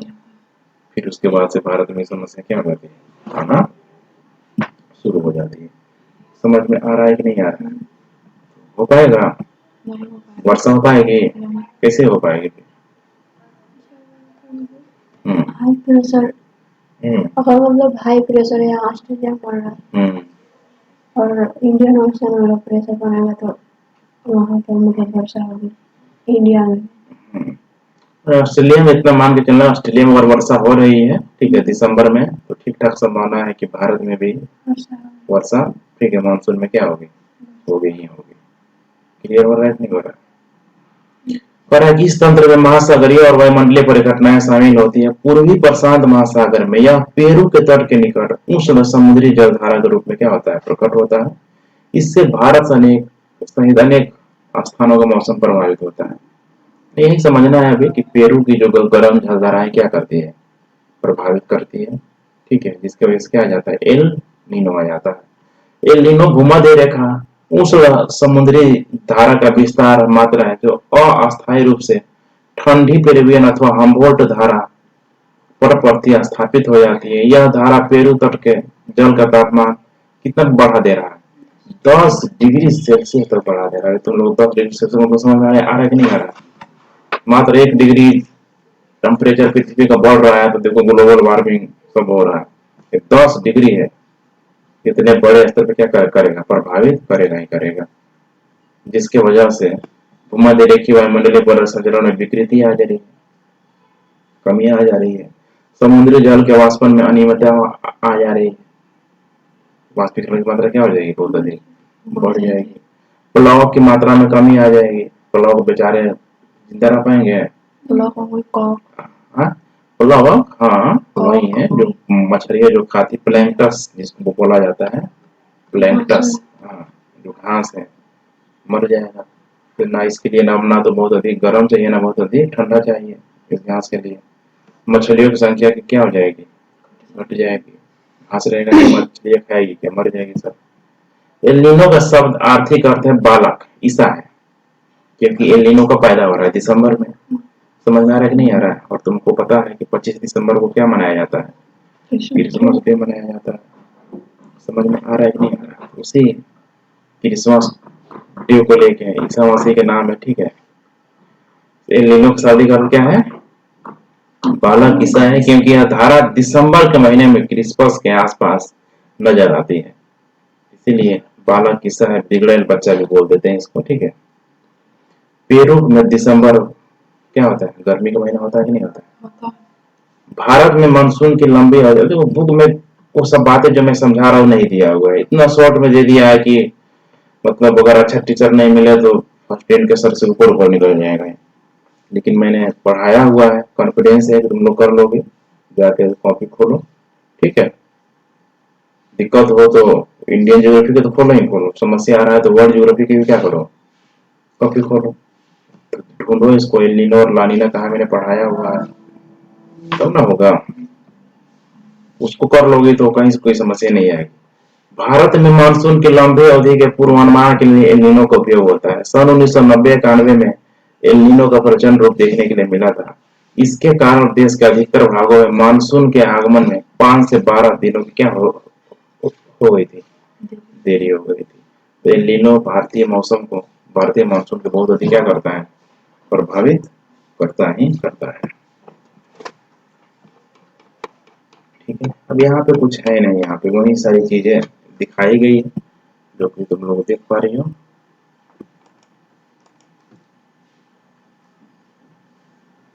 देखो यहाँ पे दिया है, यहाँ पे एक आइडियल कंडीशन है, मत ये मत समझना कि ये हमेशा होता है, क्योंकि इसको प्रभावित करने वाले बहुत सारे क्या है, कारक है। ऐसा माना गया है कि 5 जून तक, है कि नहीं है, 1 जून, 5 जून, 10 जून, क्योंकि सबसे पहले जो टकराएगा यही वाला भाग टकराएगा ना। 1 जून को माने जो मानसून है केरला के तट पे क्या हो जाती है, आ जाती है, ठीक है। ये कैसे जाएगी, है कि नहीं है? फिर ये वाला भाग ऐसे भी जाएगा, नहीं जाएगा, जाएगा ही जाएगा। ये वाला भाग ऐसे होगा, क्या हो जाएगा, ऐसे निकल जाएगा, कोई दिक्कत। 1 जून को यहाँ आ जा रही है, 5 जून को यहाँ, 10 जून को यहाँ, 15 जून को यहाँ आ जा रही है, कोई दिक्कत, कोई दिक्कत। समुद्र में यहाँ पे कोई अवरोध नहीं है, 5 जून तक देखो यहाँ पहुंच जा रही है, 1 जून तक यहाँ पहुंच जा रही है, कोई दिक्कत। तो यहाँ पे डेट दिया हुआ है, देख रहा है, लगभग बिहार में देखा जाए तो 10 जून तक लेकिन ऐसा होता है 10 जून तक बिहार में क्या होती है ठीक ठाक, गर्मी गर्मी होती है। एक आइडियल कंडीशन दिया है, एग्जाम में कितने बार यहाँ पे राज्यों के लेके पूछ देता है। 1 जुलाई तक यहाँ पहुंच जाती है, 1 जुलाई तक अभी बिहार में ही ठीक से वर्षा नहीं हो पाती है। एक मैंने पहले ही बता दिया, ये कैसे कंडीशन है, आइडियल कंडीशन है, ठीक है, आदर्श कंडीशन है, ठीक है, कैसे होता है, कोई दिक्कत। अब कल से हम लोग शुरू करेंगे, मानसून का क्या हो जाएगा, आरंभ, ठीक है। लेकिन अब मानसून का आरंभ है, सारा इसका जो मेन खेल है लगभग आज ही मैंने क्या कर दिया है, बता दिया है, बुझा रहा है ना। अब उसके बाद से कल कंडीशन जो भी है कल देख के आओ, फिर कल पूरा इमेज बना के एक बार मैं मानसून को एकदम क्रिस्टल क्लियर कर दूंगा, ठीक है, कि मानसून भारत में कैसे क्या हो रहा है, आ रहा है। आज की जो पढ़ाई जो कई बातें हैं कल फिर से क्या होगी, अधिकतर बातें उसमें क्या होगी, रिपीट होगी। तो मानसून कल ला देंगे और मानसून को क्या कर देंगे, भेज भी देंगे, निवर्तन भी क्या कर देंगे इसको, तो दिक्कत। और इसको मानसून का आना जाना सोच रहा हूँ बुक्स में नहीं पढ़ाऊंगा, जो तुम लोगों को जो नोट्स है, ठीक है, नोट्स का ही इमेज का फोटो लेके मैं क्या करूंगा, पढ़ाऊंगा तो ज्यादा बेटर होगा, क्योंकि एग्जाम में लिखने के लिए आएगा तो जहाँ से बेहतर समझ में आएगा उसी को ना लिखोगे। तो मानसून का आगमन और निवर्तन कल तुम लोग नोट से फोटो खींच लेना, सब अच्छा इमेज उसका वहीं से पढ़ा देंगे। और साथ में लीनो और लानिनो को भी कल कोशिश करेंगे, क्या करें, एक बार फिर से समझा दें, पूरा पूरा क्लियर हो गया। क्लियर हो रहा है कि नहीं हो रहा।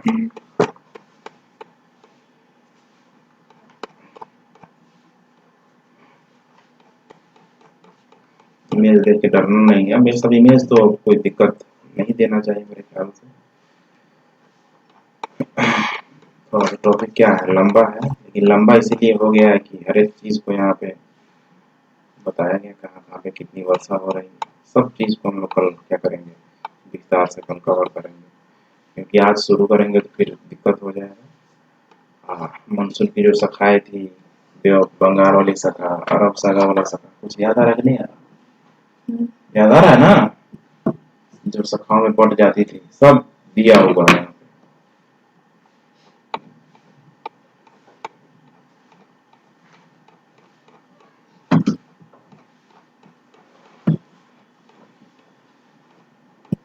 ठीक है,